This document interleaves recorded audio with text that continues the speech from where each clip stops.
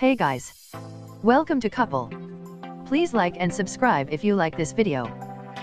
When Janice Baker Kinney's colleague at Harrah's in Reno invited her to a pizza party hosted by Bill Cosby, she thought there would be a whole bunch of people there. Instead, when she arrived at the home where he was staying outside of Reno, one owned by the owner of Harrah's and where celebrity performers sometimes stayed, she quickly discovered it was just the three of them. I kinda thought, oh, it's just us. Not a real party, she told a Montgomery County jury Wednesday afternoon on the third day of Cosby's trial on drugging and sexual assault charges. I didn't think to say, I am not staying if it's just the three of us. So they went inside. I thought I'd stay for a while, have a beer or two and a couple of slices of pizza, she said. And then Cosby offered her a Quaalude, followed by another. I took one from him and then he put a second one in the palm of my hand, closed my hand and said, no. Take two of them. It'll be okay, she said. So she did. I thought, well, if Bill Cosby says it's okay to take these, it must be okay, she says. I trusted him. I didn't know that taking two was not a good idea. Baker Kinney took the stand around 4 p.m. Wednesday, becoming the third woman to tell the jury about allegedly being drugged and sexually assaulted by Cosby. Cosby, 80, is charged with 3 counts of aggravated indecent assault for allegedly drugging and sexually assaulting former Temple employee Andrea Constand, now 45, at his home in Elkins Park, Pennsylvania in January 2004. Last year, Montgomery County Judge Stephen O'Neill declared a mistrial after a jury could not reach a verdict in the case. Cosby denies Constand's allegations as well as similar ones from more than 60 women. O'Neill has allowed 5 other women with similar tales to testify at the retrial. He denied 2 defense team motions for a mistrial Wednesday.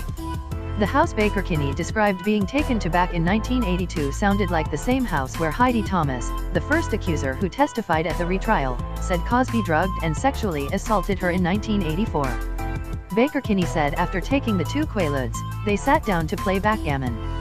We weren't that far into the game and I was looking down at the board and I was getting very dizzy, she said. Everything was blurry and my head was spinning.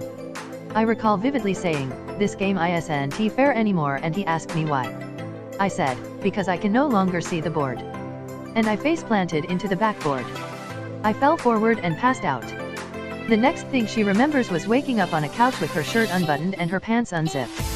I heard Judy leaving, saying goodbye to him, she said. Mr. Cosby came over and sat down on the couch with me.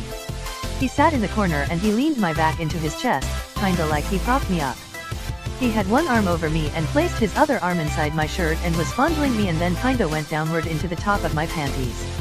Then she recalled Cosby helping her up the steps to a bedroom. I was unable to walk without assistance and everything was still swirling and blurry, she said. Everything went black until she woke up the next morning when the phone rang. She and Cosby were in bed together naked. I apologized to Mr. Cosby because I was so mortified that I had passed out, she said. There was a sticky wetness between my legs and it felt like I'd had sex the night before. She got dressed and got ready to leave. Mr. Cosby stopped the door before I could leave and he looked at me very seriously and said, now this is just between you and me, she said. She said she told her roommate, her sister, and a best friend about what happened. Under an aggressive cross-examination by Tom Mesereau, Cosby's lead defense attorney, Baker Kinney admitted she didn't think about it as a rape until other women began coming forward with similar tales about Cosby a couple of years ago. I blamed myself, she said. 10 years ago my husband said, that's rape. I said, well, I took the drugs. So I think the seed was planted a while ago but I didn't utter those words until the past 2 years. Mesereau did his best to portray Baker Kinney as a party girl who loved to drink and take drugs. She admitted using drugs at different times in her life but said while she was living in Reno she only drank alcohol.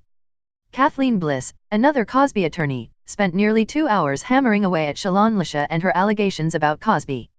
Both Mesereau and Bliss tried to use the women's representation by famed attorney Gloria Allred to say they were motivated by money, pointing out that Allred called on Cosby to create a $100 million fund for the victims at a press conference she held. Sobbing, Lisha denied that, saying she didn't know Allred was going to do that until she got to the press conference. I have a roof over my head, food in my mouth and a family that loves me, she said, crying. That's all that I need. Mesereau will continue his cross-examination of Baker Kinney Thursday morning.